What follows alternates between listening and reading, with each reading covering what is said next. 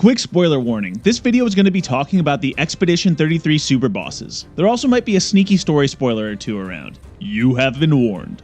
Alright, you saw the title. Can you beat Clea Unleashed with no dodge, no parry, and no Colour of Lumina investment? Nope.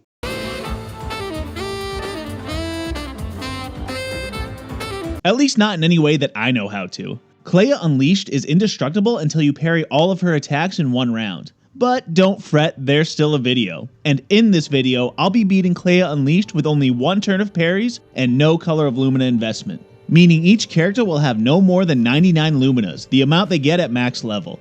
Also, I'll let you know an easy setup to help you learn the timing on those parries as well. Speaking of, let's jump right into that setup. So this setup requires Maelle and 88 Lumina points. Starting out, Maelle has the weapon Shalium equipped. This weapon's level 4 passive is the most important, gaining 1 shield per parry and defensive stance. Also, side note about this, there's a typo in the wording of this passive boost. Notice it says on defensive stance. In every other weapon describing Maelle's stance, it says in defensive stance, in offensive stance, in virtuous stance, and so on. Game ruined, literally unplayable, 0 out of 33, smooth move, Sandfall. Anyway, let's look at Maelle's Pictos, which are about the same as the Pictos she uses in my Duelists video. First is Clea's Life, giving Maelle about 6,000 more health. Next is Solo Fighter, which gives her about 3,300 more health and almost 2,000 defense. Finally, there's First Life, which gives her about 4,700 more defense. You get this one by beating the Chromatic Lamp Master. If you're having trouble beating that guy, I don't know, maybe there's a video about it or something. Wink, wink, nudge, nudge, say no more. Basically, these 3 Pictos make Maelle an absolute tank. Speaking of tankiness, all of her stats are dumped into Vitality and Defense. She has 2 moves, Spark and Mezzo Forte. Spark is an easy way to get into defensive stance, and Mezzo keeps her in defensive stance. The idea of this build is just to make Maelle as tanky as possible to eat as many attacks as she can. The more attacks she can eat, the more leeway you have when missing parries. Let's talk about Maelle's Luminas while you watch her eat attacks. They're mostly based around healing and defense. Healing wise, she has Healing Parry to heal each time she parries, Effective Heal to double those heals, and SOS Healing Tint to give her a healing tint if she falls below 50% health. This triggers Shielding Tint, giving her 2 shields each time a healing tint is used. Next, there's Protecting Last Stand to give her Shell immediately, then Greater Shell and Longer Shell to make the buff stronger and last extra turns. Finally, there's First Strike, which allows Maelle to go first and put herself into defensive stance in the first place. As you can see, Maelle can take a lot of abuse with this build. On my trial run, with 8 healing tints, she survived almost 10 turns without doing a single thing. This gives you a whole lot of time to practice those parries. I'll play an example of each relevant counter without commentary so you can get an idea of the timing. Feel free to skip ahead to the next timestamp if you want to get right into the setup for the actual team.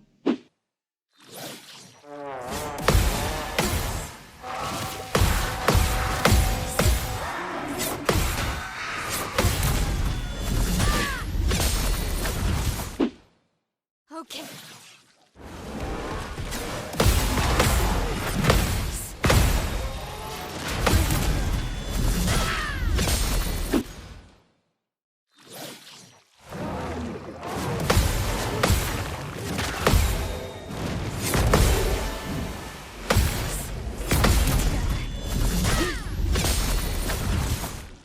The first member of the B team is Lumière. She's using the weapon Bracelum for the 5% gradient charge given per critical hit. For her Pictos, she has First Strike to go first, Charging Critical to charge up the gradient bar on critical hits, and Combo Attack 3 for extra base attacks.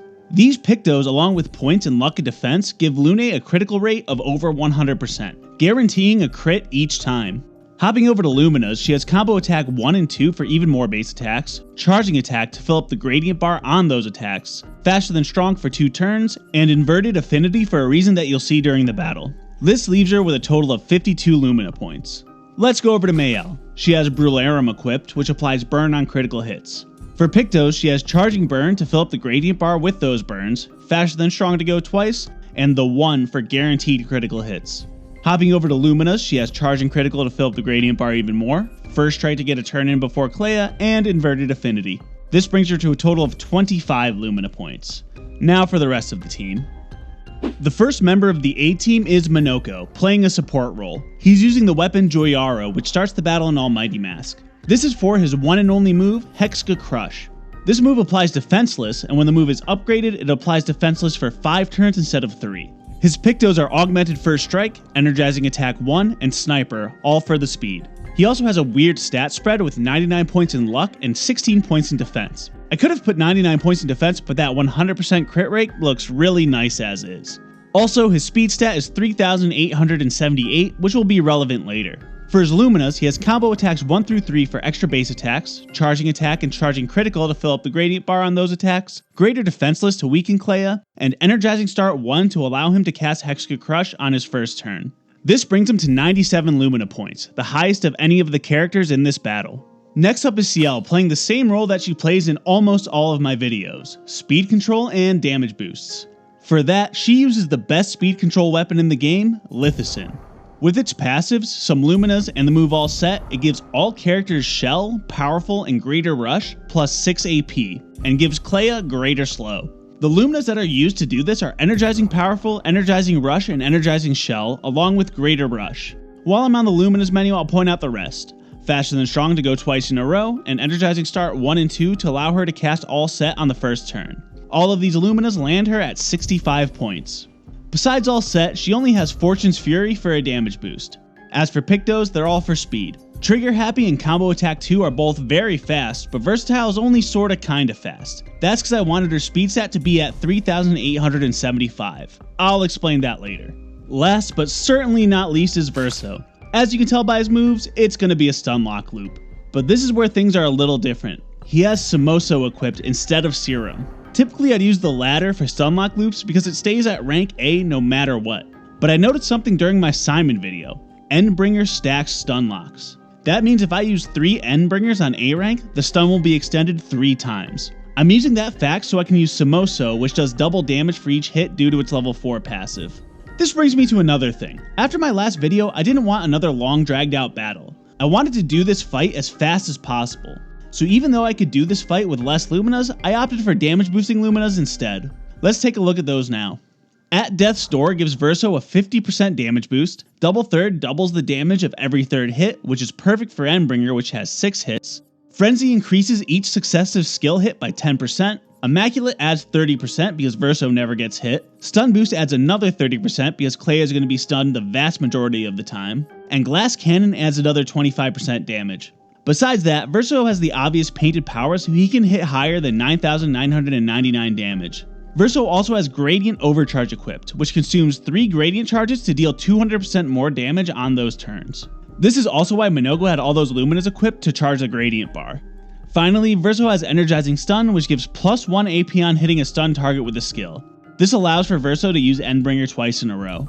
He can go twice in a row because of the Cheater Pictos. Along with Cheater, he has Energizing Turn and AP Discount equipped for both the speed and AP bonuses. He has Overload to bring him to A rank, and Endbringer to damage and reapply stuns while he's in A rank. Endbringer also boosts damage on stunned enemies, which is very nice. Finally, he has his points dumped into Vitality, Might, and Agility for speed and damage. This brings me to the speed stats I mentioned throughout the setup. Minoko has 3,878, Ciel has 3,875, and Verso has 3,867. These are so close because I wanted the turn order to be consistent. Minoko has to go first because he needs to break Clea with Breakpoint because the Breaking Death Lumina doesn't work on her. Next, Ciel has to apply buffs and speed control as well as Fortune's Fury to boost Verso's attack. Finally, Verso applies stun and damages Clea. These speed stats allow for the turn order to always go Minoko, Ciel, and then Verso. At least for the length of this battle. In the long run, I'm sure they'd start to get muddied up eventually because they're not perfectly one stat apart from each other. That all being said, let's jump into the battle. The B team comes out with Lune in the lead. She uses both of her turns to use base attacks to fill up the gradient bar. By the time Maelle is up, the gradient bar is already at 2 charges. Maelle takes a free aim shot to charge the bar up some more, and then uses a healing tint on Lune. Since Lune has inverted affinity, it takes her out instead. And I thought Verso was the one who was supposed to do that. On her next turn, Maelle shoots Clea once more for a bit of charge, and because she can't live with herself because of what she did to Lune, she gives herself a healing tint as well to Quitte cette toile. It took a while for Clea's attacks to take out both Lune and Maelle, so this was just quicker. Now the A team comes out. Clea attacks, and I have to parry these attacks to break her invulnerability.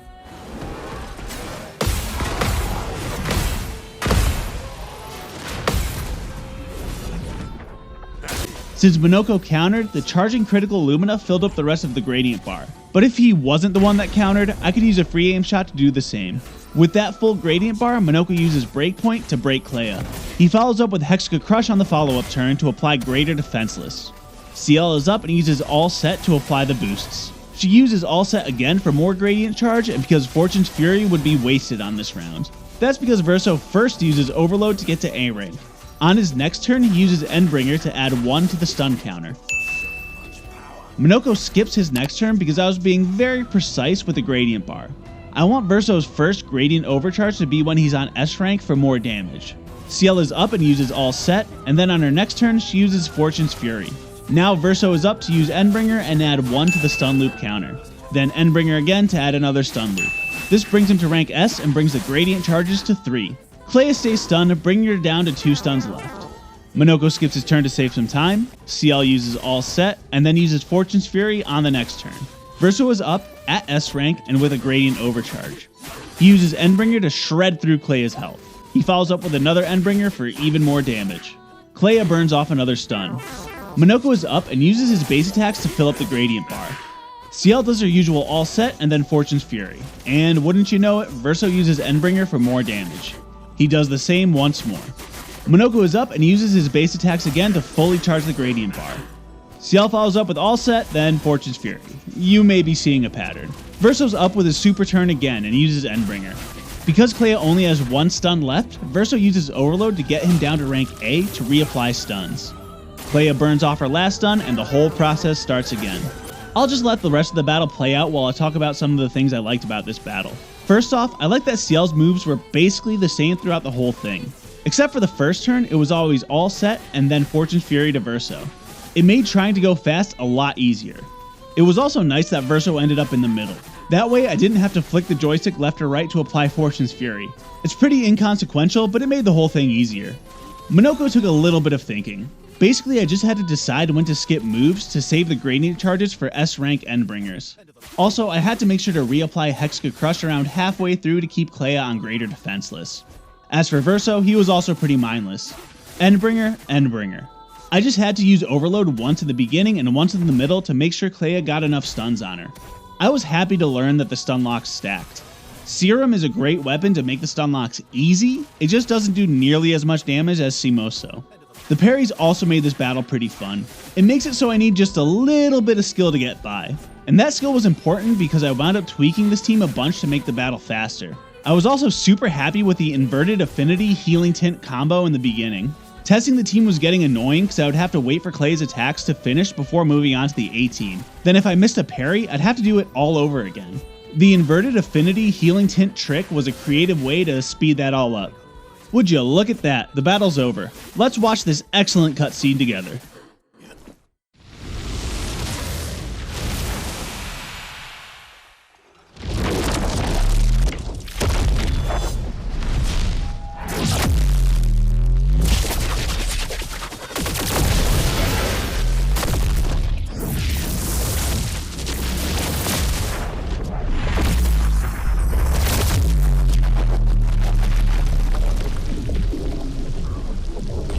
And there you have it. Clea Unleashed is slain with no Colour of Lumina investment and only 1 turn of parries. And with a pretty respectable time of 5 minutes and 57 seconds if I do say so myself.